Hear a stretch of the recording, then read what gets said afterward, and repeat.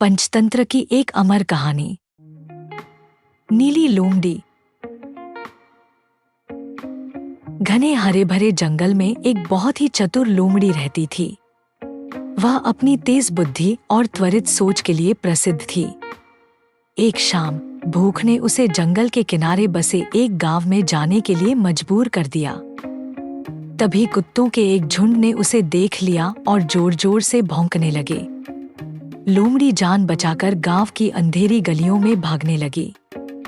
भागते समय उसने एक बड़ा बर्तन नहीं देखा और सीधे उसमें गिर गई। वह एक रंगसास का बर्तन था जो चमकीले नील रंग से भरा हुआ था। भीगी और डरी हुई लोमड़ी किसी तरह बाहर निकली और जंगल की ओर भाग गई।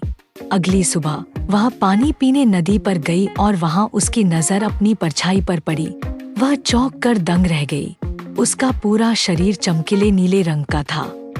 वह धरती पर किसी भी अन्य प्राणी जैसे नहीं दिख रही थी। जैसे जैसे सूरज ऊपर चढ़ता गया, जंगल के अन्य जानवर भी जाग उठे। जब उन्होंने उस अजीब नीले प्राणी को देखा तो वे वहीं रुक गए। उनकी आंखें भय और आश्चर्य से चौड़ी हो गईं। चालाक लोमड़ी ने उनका डर देखा और उसके दिमाग में एक विचार चमक उठा।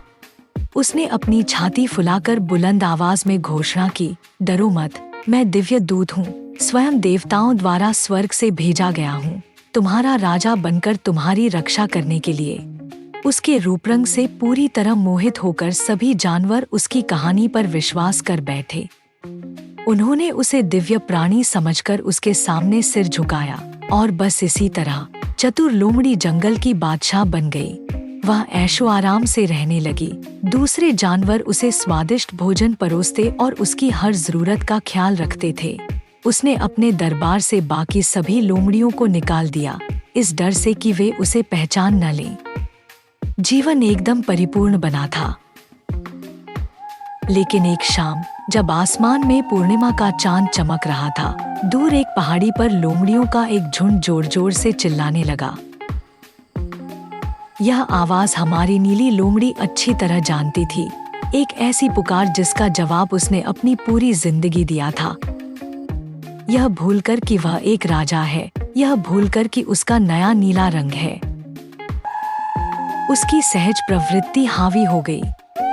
उसने अपना सिर पीछे किया और एक जोरदार, जानी पहचानी आवाज में जवाब दिया।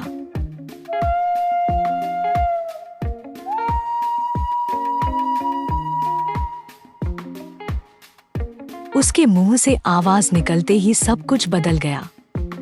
वह कोई दिव्य आवाज नहीं, बस एक आम लोमड़ी की जानी पहचानी दहाड़ थी। सच्चाई पल भर में सामने आ गई। उन्हें एहसास हुआ कि उन्हें एक साधारण लोमड़ी ने धोखा दिया था जो बस नीले रंग में डूबकर आई थी।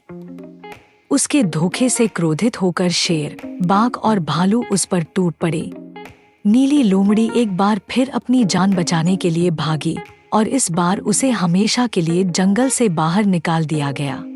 अंततः नीला रंग धुल गया और वह फिर से एक साधारण लोमड़ी बन गई, जिसने अपना राज्य, अपना सम्मान और अपना घर खो दिया था।